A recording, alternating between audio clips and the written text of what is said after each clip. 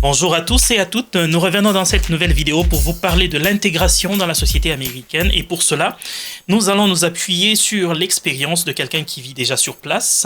Deux grands mouvements dans notre exercice. D'une part, les quelques difficultés que vous pouvez rencontrer les premiers mois, voire les premières années depuis votre arrivée et de l'autre part, quelques erreurs de débutants qu'il faut absolument éviter. Alors, nous allons mettre à profit l'expérience de quelqu'un pour pouvoir vous aider, vous qui arrivez dans cette nouvelle société. Notre invitée va nous dire qui elle est et puis nous allons ensemble attaquer la question. Hello everyone, bonjour à vous, bonsoir à tous. Tout dépend de l'heure à laquelle vous allez me suivre. Bonjour à toi, monsieur Jules Mwamba. Merci de m'avoir, c'est un honneur. Alors, je me nomme en short Tabisco, S pour Sungula qui est mon nom de famille, entrepreneur, fondatrice et présidente de la fondation Destiny's Extra Chromosome d'amour. Mère de 4 merveilleux enfants, dont 2 filles et 2 garçons. Femme d'influence, celle qui partage le positive vibes. Distributrice automatique de joie, suis cette femme qui a eu la grâce de naître avec le cœur dans la main. Personne avenante, à l'intérieur de qui regorge beaucoup d'amour pour elle-même et beaucoup d'amour pour autrui. Businesswoman Yatang depuis de très longues années. Je vis aux États-Unis depuis bientôt 15 ans et je suis basée à Buffalo, New York. Parfait. Premier acte. Les difficultés rencontrées lorsque l'on débarque pour s'installer aux États-Unis. Les difficultés rencontrées, je dirais en premier lieu, la langue. Bien évidemment, je parlais déjà anglais avant d'arriver ici aux États-Unis parce que j'ai quand même eu à voyager un peu partout dans le monde dans le cadre du business. Mais je vous assure, arriver ici, c'était pas du tout la même chose. L'accent est tout à fait différent. Exact. Il est toujours avantageux pour vous de connaître la langue, même de manière basique, même de manière élémentaire. Chez nous, on dit qu'il vaut mieux écouter que de parler. Alors, avant de venir, c'est toujours important à s'exercer, de s'exercer à comprendre au moins la langue dans laquelle vous allez baigner, donc la culture dans laquelle vous allez baigner. Alors, petite anecdote, je viens d'un pays francophone et je ne voulais pas connaître l'anglais. Alors, pire, je m'en moquais. Alors, le jour où je devais venir, dès que je suis entré dans l'avion, tout est devenu anglais. Alors, je suis devenu tout rouge, je ne savais quoi faire. Heureusement que j'étais jeune et avec des réflexes un peu de journaliste. Alors, une fois aux États-Unis, mon point d'entrée était Washington DC. Je suis arrivé avec un vol international après escale à Rome. Alors, je devais prendre un vol local, c'est-à-dire pour Atlanta maintenant, parce que je devais aller à Atlanta. Alors, quand c'était l'heure d'embarquer, l'agent qui travaille à l'aéroport invite les passagers à embarquer. Elle dit, les passagers pour Atlanta, vous pouvez embarquer. Alors, quand elle a prononcé Atlanta, moi j'ai entendu Helena. Je n'ai pas bougé.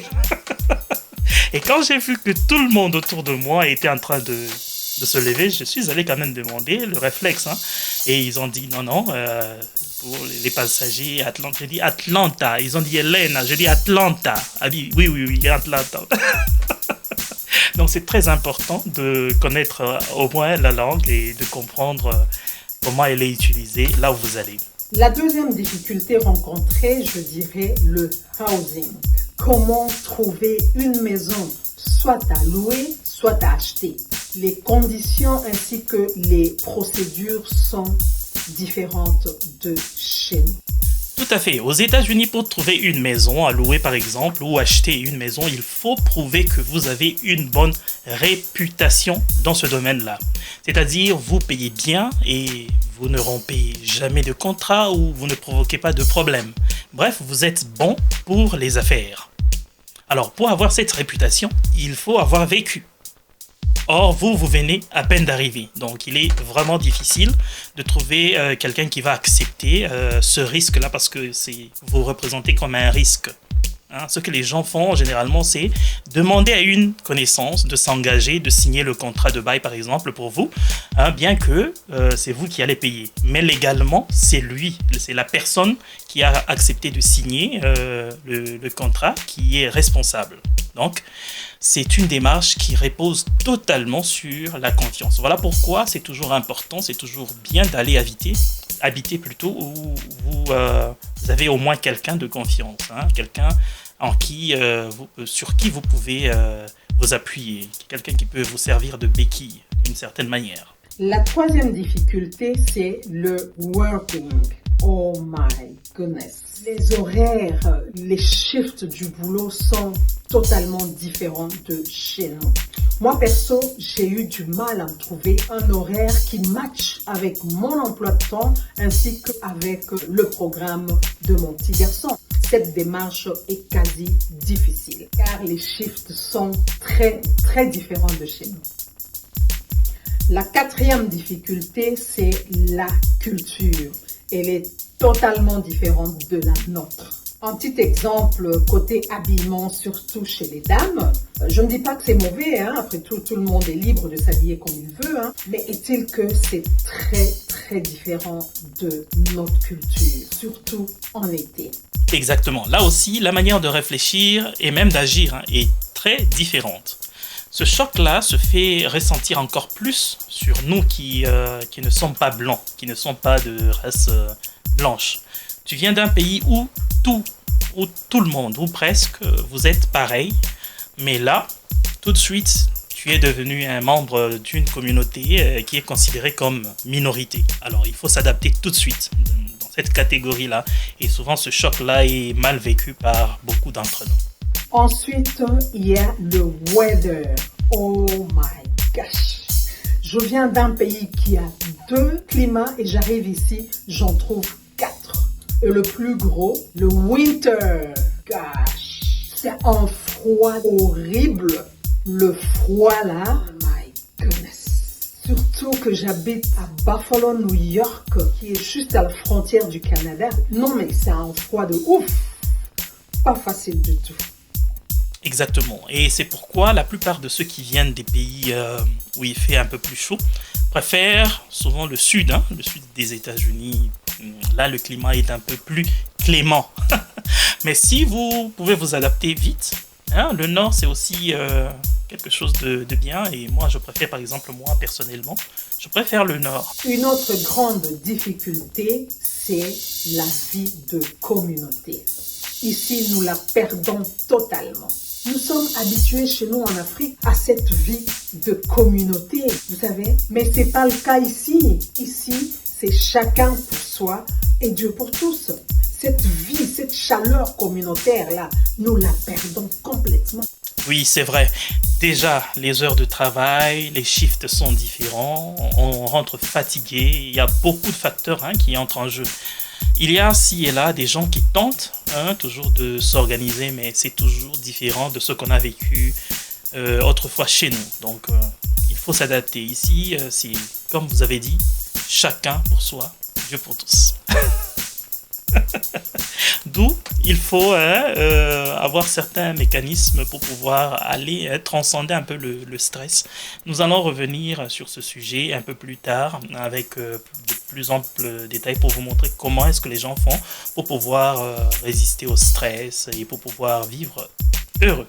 Une petite parenthèse, lorsque je parle de cette vie de communauté, de child care. Non mais ici les gens vous trimballent les enfants partout. Et quand je dis partout, c'est partout. Alors que c'est pas le cas chez nous, hein. Les erreurs à ne pas faire, je dirais, not to spend money just to show off, juste pour prouver. Il n'y a rien à prouver. Ici, il y a plein de factures à payer, hein. Ça, c'est de 1. De 2, ne pas toujours fréquenter la même communauté qui est la nôtre. Je dis pas que c'est mauvais, hein, mais je pense qu'il faudrait bien s'ouvrir au monde nouveau. Côtoyer d'autres communautés, je pense que cela te permettra d'améliorer ta langue, cela te permettra de découvrir des nouvelles cultures, découvrir d'autres bouffes, etc. Et je pense que c'est une bonne chose pour une bonne intégration.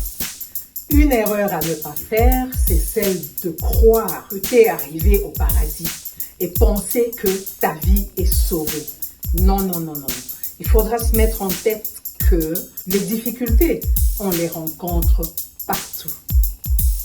Une autre erreur à ne pas faire, c'est de trop chercher à écouter et vouloir faire comme les autres au risque de t'égarer. Plutôt y aller avec ses propres convictions et surtout rester authentique.